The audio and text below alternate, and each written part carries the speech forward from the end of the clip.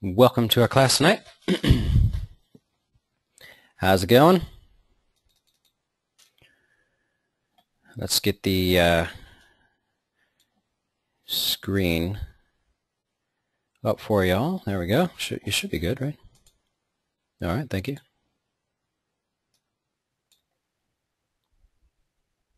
There we are. All right. Oh, hey, John. I want to try to review the old webinar. I'm going to try to review old webinars. They seem to be out of date to you post most recent.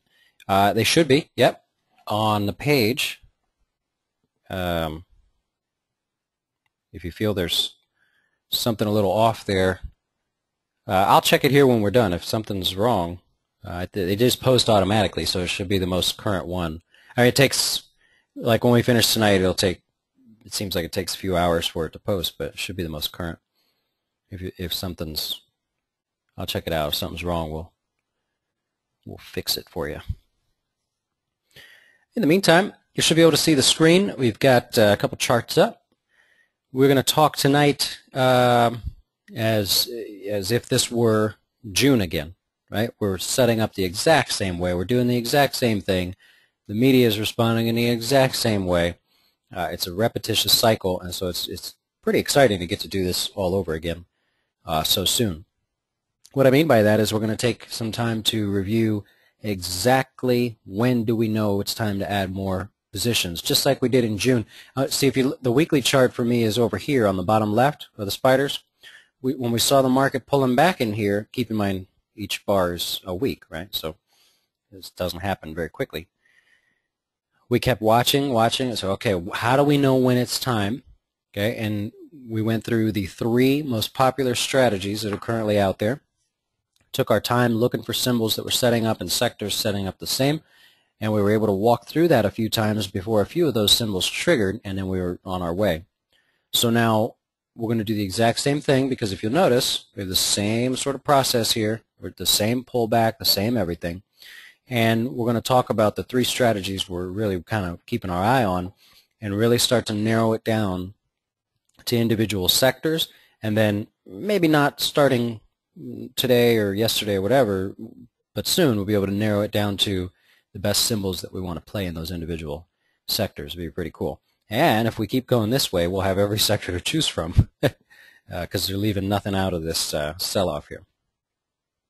So what I'm going to do is just I want to walk through exactly each individual strategy, and we'll talk about which ones we have this time and how that applies. So we'll start with the market. We're going to go down to the individual sectors, and then we're going to hopefully narrow it down to a few symbols. And I haven't looked at any of these symbols yet, so we'll see if we can find a few good ones.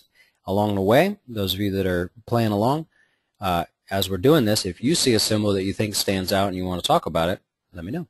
Okay? Okay. Yeah, and we do have quite a few new people that weren't a part of the last rally, so this is a great one for them. All of you, if you have any questions, anytime, you know, this is a very loose, relaxed sort of thing. Nothing's prepared, so you don't have to worry about interrupting anybody. You can ask anytime you like. And sorry if you hear music in the background. I got a new headset. I got music playing in my ear.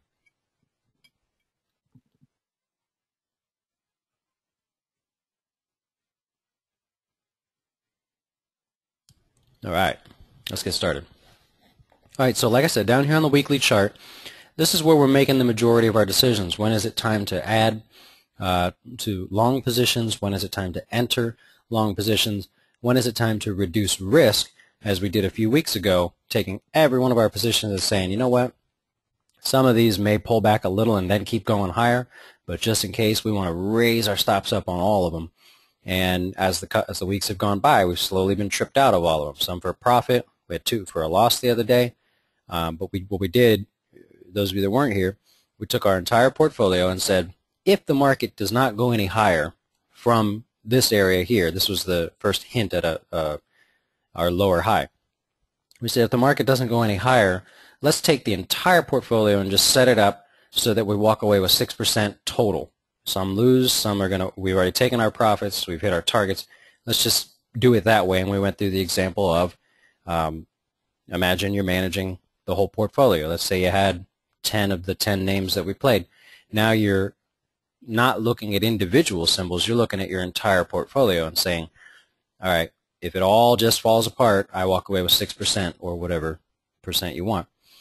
So we went through and reduced our risk. Now, we've laid off of any new positions. I've thrown some out there here and there over here. I put a few out there that should we get a little bounce on the market, I figured those would trigger, and they just keep selling it off. So notice that when I post these as potential plays, I'm asking them to bounce a little bit first. We're not just diving in because we have a green day in the market. I'm asking them to retrace quite a bit before we actually get in, so we're not tricked into some things here before another sell-off. Now, it's really simple how you go through and start to identify the other strategies before you start buying positions. What makes it real easy is the top 3 strategies that everybody follows, that the most amount of investors and traders out there know of, are very easy to set up on the charts. So if you know what everybody else is looking at, you just wait for that to happen, and then you join them. Now, I think the way we enter stocks, we actually beat them into the play just a little bit. Other people say, no, you actually wait too long because you let the rally go by first. But let me explain. So one of the most popular strategies out there, if not the most popular strategy, is based around price support and resistance. Most people can recognize when a stock pulls back to support. I'm going to use my drawing tool here so we can all see. Take, for instance, the rally that came off the June price support there. I'm sorry, the last October price support. The rally happened in June. The market was pulling back to an area, right, that people were using as support. Most people can identify basic areas of support and resistance on a chart. It's one of the first things most investors learn. So whenever a symbol or a stock pulls back into an area of prior support, you always see the volume increase. Whoops. There you go. You see the volume increase. Notice how the volume is just okay here. As soon as it gets close to support, it starts going up. Okay? So that's one of the most popular ones right there. So we always are trying to look for symbols that are pulling back to support, sectors that are pulling back to support, or markets pulling back to support, right? If we know that there will be more people that respond in those areas, we at least want to know where it's at, right? So when the whole last pullback here, we at least want to know that that is support. If it does fall all the way through it, fine. We just want to know that that's an area could get a lot of attention. And it's not an overnight thing, unless you're trading like a daily chart, I guess, but you don't see a market or a sector pull all the way back into support and then just, boom, that's it, we're done, and take off. There's always back and forth, and since we're using a weekly chart, you get a lot, see the 3 weeks right here, you get a lot of indecision, some back and forth, all within the general support area, and so you have plenty of time to pick out the names that you want, and that's the hardest thing to get across. I get your emails, I read them, I respond to you. You know, as soon as we get back to support, everybody wants to buy. They're like, this is it, this is support, we had a good strong day, the market left us with a bottoming tail, it's time to get in. Not so fast, right? There's nothing wrong with sitting with a lighter portfolio with mostly cash for a while. Just let everybody else make the decision first, and then we can go ahead and follow them. Okay, so if you remember, those of you that were here, when we had this last pullback here in this June area, we didn't catch the first little bounce here on our gold mining stocks. This is the gold mining ETF here. We waited and caught the pullback into support, and that's fine. Right? So we see that people will respond to prior lows, and so we responded with them. That's one of the most popular strategies. Okay, now there are people out there that follow and believe heavily in what they call Fibonacci pullbacks, which there's no need to really go into a whole long thing on it. It's pretty interesting if you want to read about it, but there's no need to really spend a lot of time on it because our platform draws it all out for us. Okay, and you just click this little line here. Oop, I gotta get rid of that for you. So you just click the little line, and you connect a high and a low, right? And then all the math is done. I love this. All the math is done for you in here, and basically it's drawing out 5 different, well, really 7 different areas, but these 5 main areas between the high and the low, and it puts the lines there for you. Now we are only interested in the most popular areas, and the most popular areas is between this red line right here and this oops, right here, this blue line right here. I'm trying to draw them away from the candles for you. Okay, so your 61 area, 38, and then 50 is right in the middle, and it's a yellow line. Not really the best chart background for it, but you can see it there. Okay, these are the ones that get the most attention. And if you go and look at, you pull up daily and weekly charts, if you were to connect highs and lows using your Fibonacci retracement tool, you'll see that in this zone between 61 and that 38 area, that's where the most volume shows up. Okay, so you know these other ones here, they're fine. You can look at these 23 and 70. You know, there's a whole slew of strategies you can use there. The only thing that I focus on is the most amount of volume happens between 61 and 38. Okay. Now I don't say, oh, every time a stock pulls into this area, I'm doing it. I just know that other people really rely on these, and they use them, and they draw their charts out, and they're really big on connecting these with trend lines and all. That's great. It has a big following, so I don't have a problem with the strategy. But what I want to do now is say, hey, what if I could find a stock or a sector or a market that not only was pulling back into price support, but was also pulling back into a Fibonacci location as well, one of the three that we like to look at. Whether I think the stock or the market or the sector is going higher or not is irrelevant. If I see that other people are trying the same thing, then I know, well, there's two major strategies that are triggering in this area for everybody else. So my opinion doesn't matter. Everyone else says, oh, I like to draw my Fibonacci lines, and I see a pullback to a Fibonacci line. Great. Those are some buyers. You have a whole different group of people that say, well, I see a pullback into price support, and therefore any reversal makes me a buyer. Okay, so those are two groups. Good for them. Those are the strategies they use. All right, so that's two. The third one, which I only use one to illustrate this, but the third strategy revolves around these guys right here, indicators and oscillators. Right? This is a huge thing. So there are probably now an unlimited number of indicators and oscillators that you can put on your charts. The most popular ones, you all know them, the stochastics and MACDs, RSI, Bollinger Bands, things like that. People love to put these things all over their charts because if you look back in history, it's very easy to say, oh, look, when they go up, the market will go up, or whatever you're looking at will go up.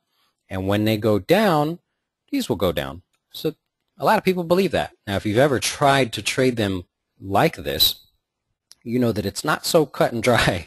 It's a little bit harder than that. It's so easy to see it in hindsight, but people think that they're going to use this. There's whole infomercials. There was one on Saturday before the football game here locally. There was an infomercial.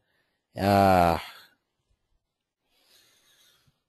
was trying to think of the name of the company, but I can't think of it. But so anyways, they were promoting the idea that, you know, the guys, when it pulls back and this thing pulls back, somehow it puts a green dot or something, tells you when this gets oversold and the price is oversold or something, and you get a dot on your chart. Anyways, this is a whole group of people out there that love these indicators. Now, I really don't like to put many of them on my chart, so I just use one on each chart so I can show you guys that this is one indicator which represents all of them. And so whenever we fall down towards the bottom, you would say, or they would say, the stock is oversold and due for a bounce. Whenever it gets up to the top, the upper area there, they would say the stock is overbought and is due for a pullback. That's fine.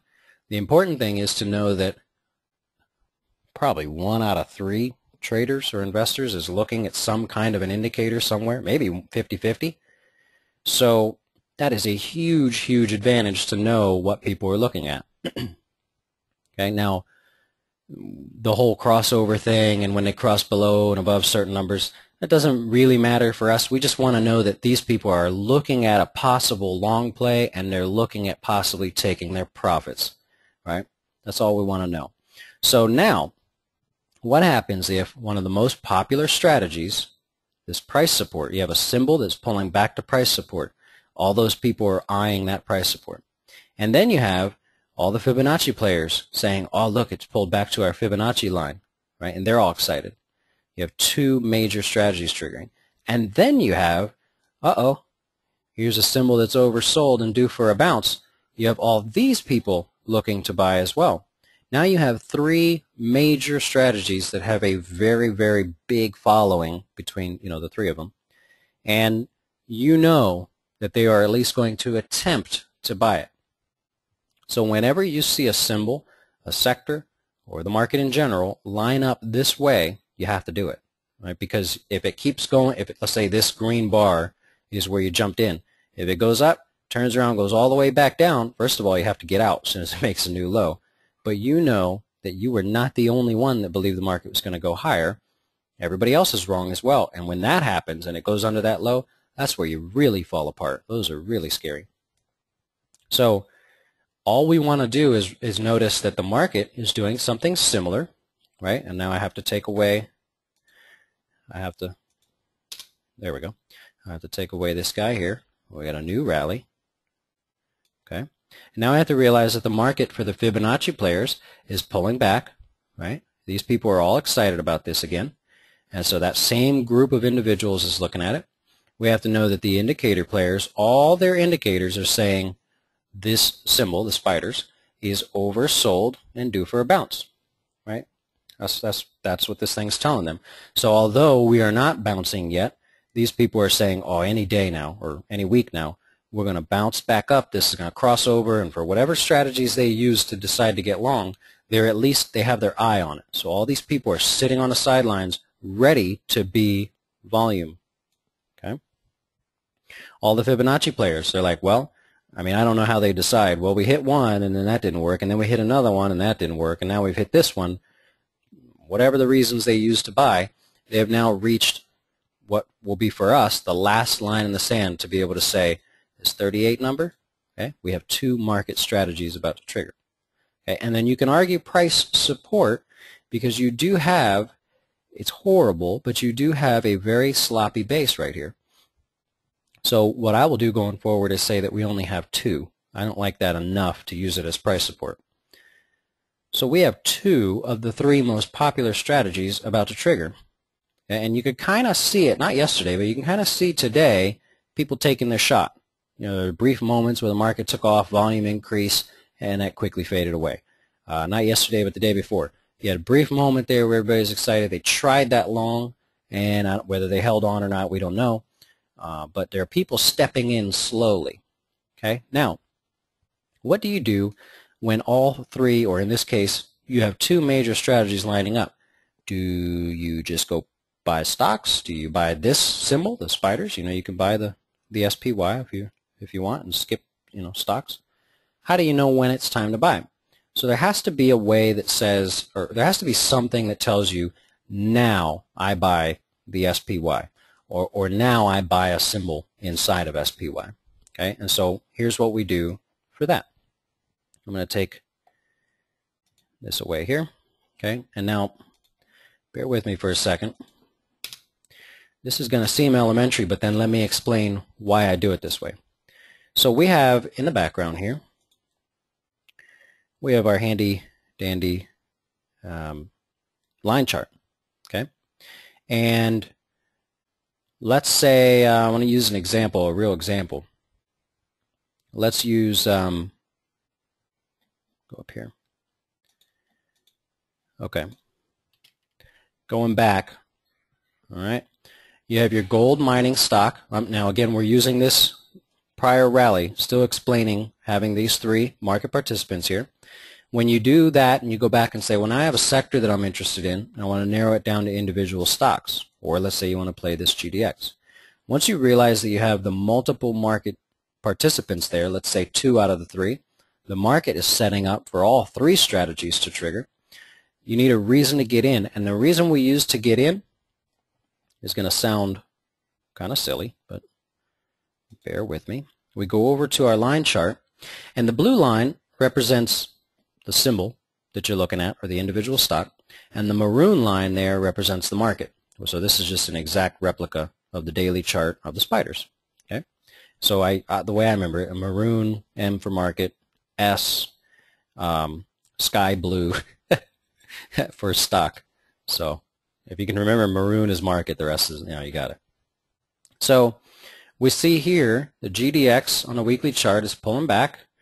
Right? We realized that at this same time, the market had hit a point with good support, all three market participants, and we said, well, do we dive in? Or, we realize we have an opportunity here with multiple market participants.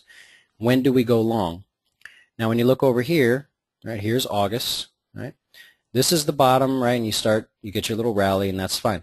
We don't buy just because the market's going up, because what about here? Right? Was the market going up or what?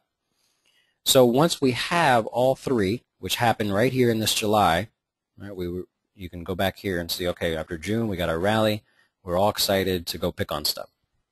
What we wait for then is that W in the Trading Wings logo. Okay, now again, it sounds silly, but I'll explain in a second.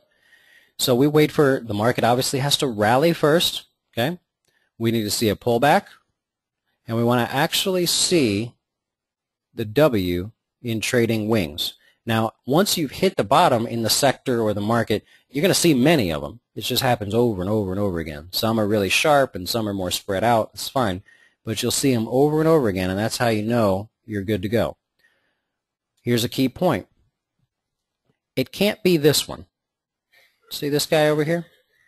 Number one, you wouldn't do it yet because you don't have your three market participants here. You wouldn't do this one because you don't have your three market participants. But when you do, you still don't do this one. This is not the W from our logo. This is not the W from our logo. We designed the W in our logo very specifically with the right side being higher than the left side. It's a higher low, right? And here's why we do that. And here's why we look for the W. When you're going to do this, let's clear this out. Okay, what happens is you have a symbol. Here's the let's change the daily chart. Okay, back up here a little bit. You have a symbol that's been down many weeks. You have a market that's been down many weeks. So who's winning, the buyers or the sellers, right? The people that are selling or the people that are short selling are very excited. They keep selling and shorting more and more and more. They're having a good time. So what happens is you see this. And it's kind of common sense, but I'll show you. When the market's going down over and over again, you get to a point where people say, wow, my longs are getting beaten up. I guess I have to short. And so every time the market rallies, they short it, right? Every time they get a rally, they short it, okay? So what happens is one time the market rallies, right? They short it again, just like they've been doing this whole time. Let me draw it. I can't get rid of that. Market rallies and they short it again, right? Just like right here, like they've done all through the past pullback. And this time, the stock goes up a little higher, and they're like, oh, okay, well, wait a minute. And so they get a little bit nervous. It's never done this before. Then when the market drops again, they go, okay, that's cool. That's fine. That bounced a little bit more than I want. Well, when it finally gets back up and over the price that they shorted at initially, they get out.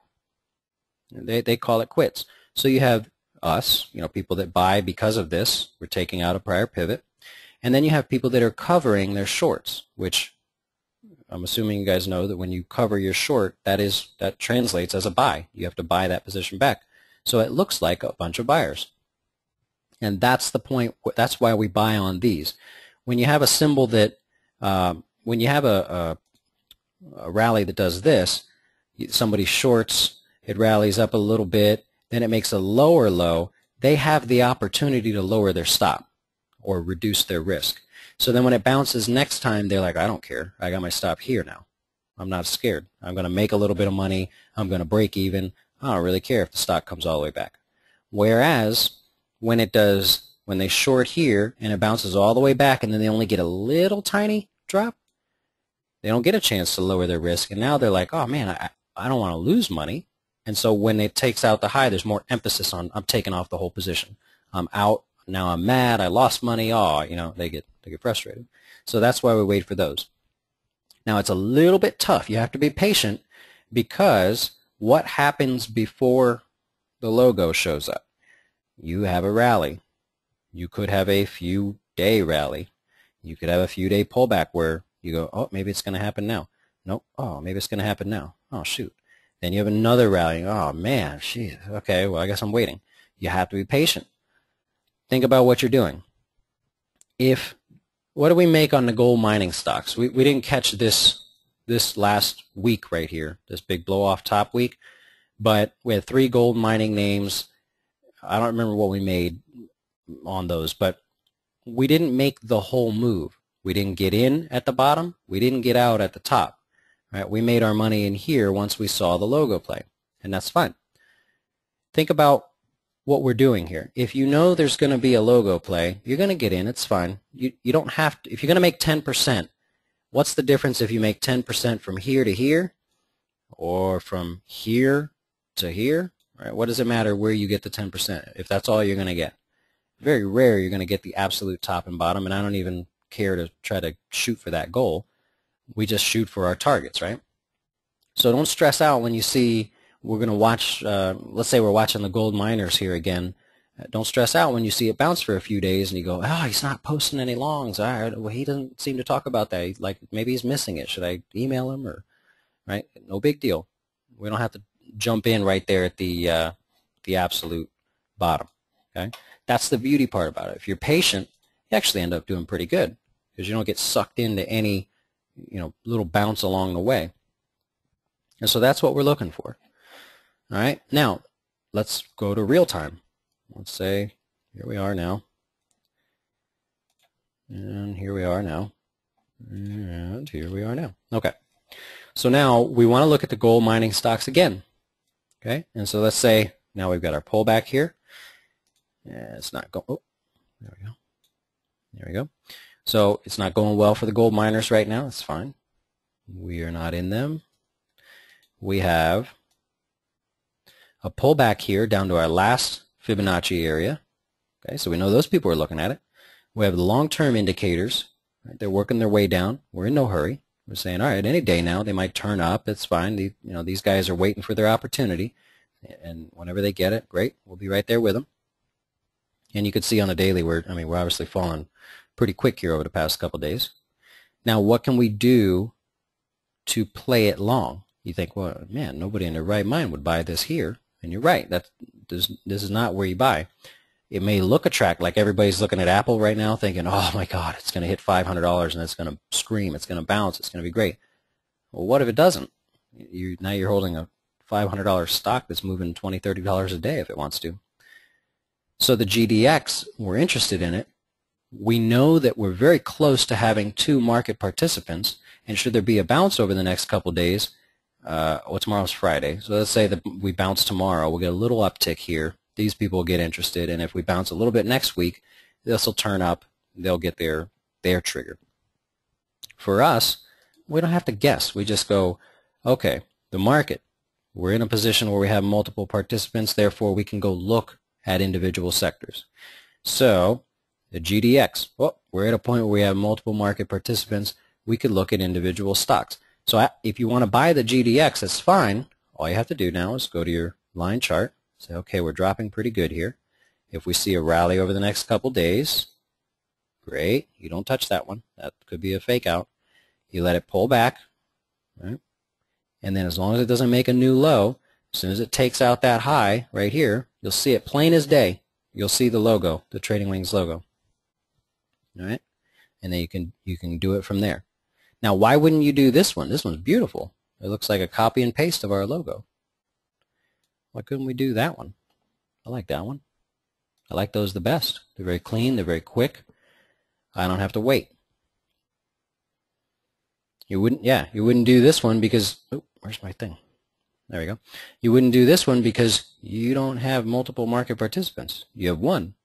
And we really, really do not want to be buying symbols where we're basically playing someone else's strategy. We want multiple strategies to come together. So if you said, well, I want to buy that W there, that logo play, because there's some moving average support. Well, that's one strategy. So we don't know that that one's going to work. If we had 3 different strategies there, okay, now we're good to go. right? You'll see a much different response. So on the GDX, we know we're getting close. We know the opportunity's right around the corner. We're being patient. We had a great run out of the gold miners there through the summer and coming into this part of the year. And now, amazingly, it seems like we're going to get the opportunity one more time. To give you an idea, the market pulling back to support, price support, Fibonacci support, and long-term indicators, that usually happens once a year. Maybe twice. I mean, sometimes twice, but that's usually a once-in-a-year type thing. So the fact that we're going to get this twice, I'm kind of skeptical that we're bouncing to new highs here, but we're going to get a bounce where people are going to try the long and still be bullish. We're going to get a good enough bounce to make some money out of that. But like I said, I don't think we, take off over the highs with everything that's going on right now. And if we do, it wouldn't matter. We'll be in our long. We'll just enjoy the ride. So it's a beautiful, beautiful thing. Now, let's say you don't want to play the GDX, and you go, okay, well, that's one name, but what else do you got? I want multiple ideas in case one doesn't work. What you do is you work your way down this list.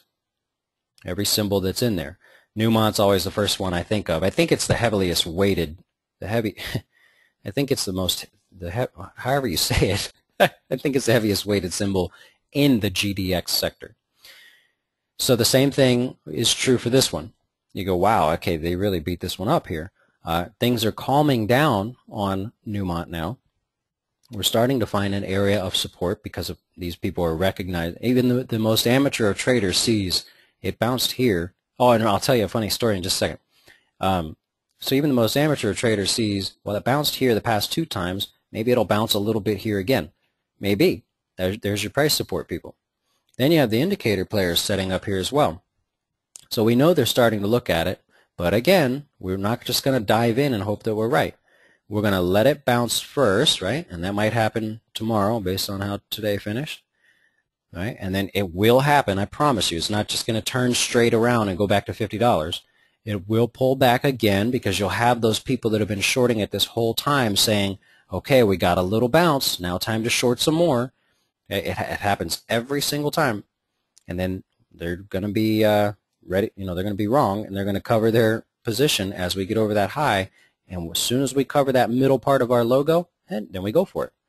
So as we bounce, that's when you see me start saying, all right, there's a possibility that we're going to look at this one and this one and this one.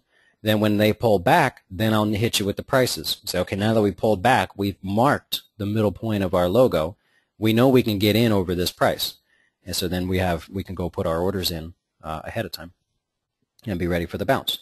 And so what you do is you would do that for every symbol in the sector you're interested in.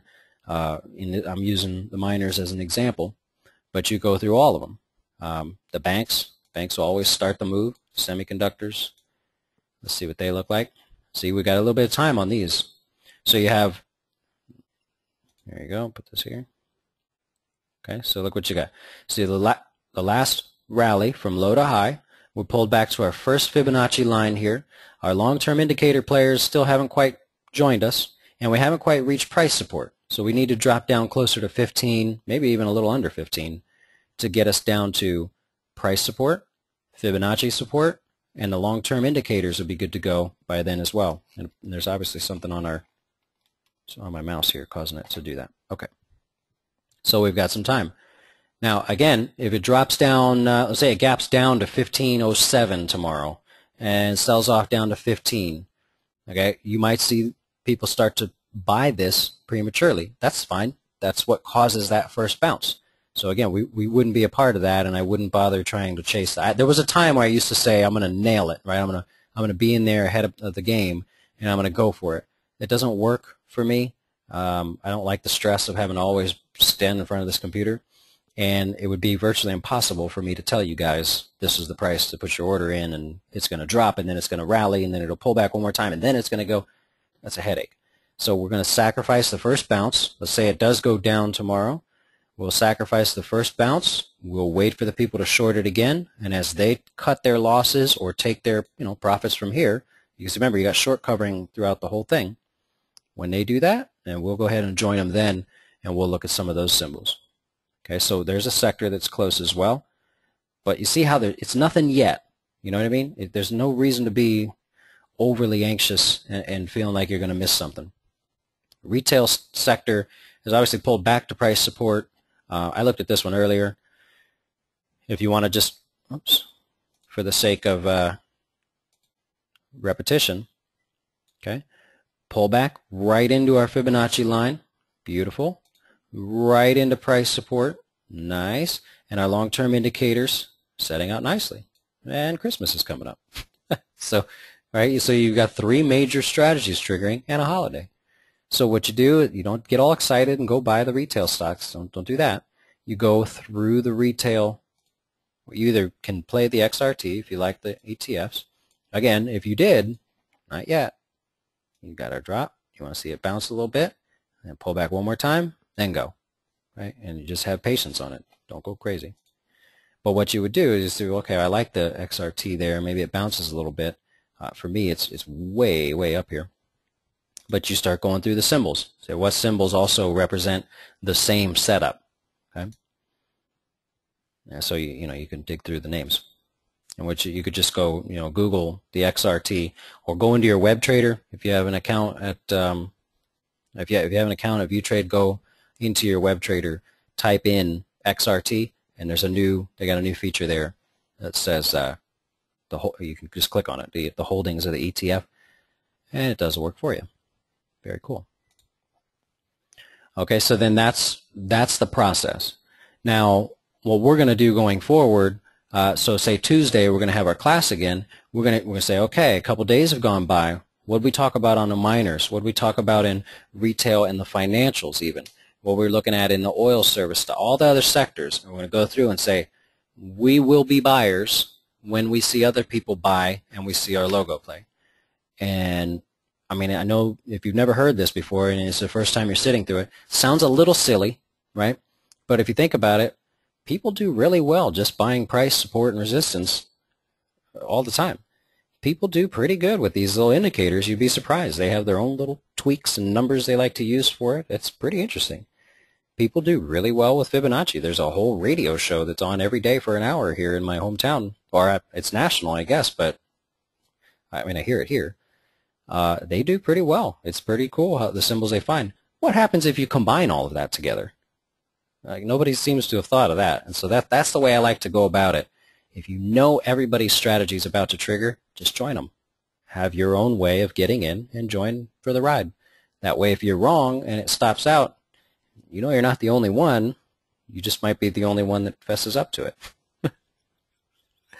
So that's my talk. That's what I have. Again, this is recorded, so if you want to go back and watch it, like I said, it just takes a couple hours to do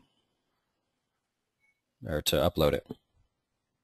Okay, and we're gonna really harp on this. I mean, you're gonna start seeing me post the symbols that have bounced, and we're waiting for that first pullback, and then we're gonna post. Okay, now here's the ones that have the first pullback, and here's the price that we can get in now because we'll be able to see the right side of that chart. And as the days go by here, I'm going to those symbols. We're going to put them up and say, now see how you have to imagine that right side, but you know exactly what price to get in, and we'll just walk through that process, building our symbols, putting in our orders ahead of time, and then if the market bounces, that's the beautiful part about it. If the market bounces, some of those orders will trigger. The market keeps selling off, we'll keep sitting like this with our symbols that we're willing to buy, but just haven't triggered yet. On a side note, before I go, this PKI, we're looking to play this one here. I had the entry at 31. We can now do 30.50 on that. We can get in a little bit cheaper. And just very simply, we're trying to catch the entry as the trend line players get in. And that'll be right there about 30.50. So I'll post that on the page tonight. We're going to adjust that price to 30.50. We've already reviewed the GDX. That one obviously is not going to be an entry at 52. It has now fallen well past that. So we're waiting for our logo to show up.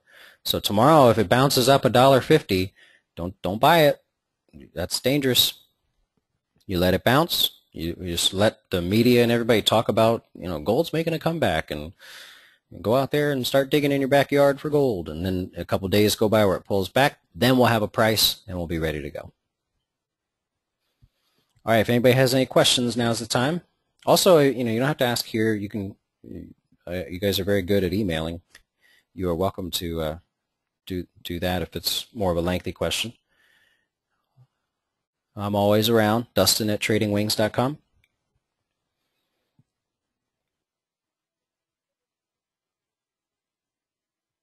I'm going to wrap it up and find my mouse. There it is. All right, I'm going to wrap it up and take the screen down. There we go. And like I said, this is recorded. Just give it a little bit of time and then you can review it. And I'm going to go check for John. I'm going to go check for you and see what if there's a problem there. All right, guys, enjoy the rest of your night or morning. Morning, right? 8:30 in the morning. Yeah. Enjoy your morning. Good luck at work. I will talk with you soon. Good night or good morning.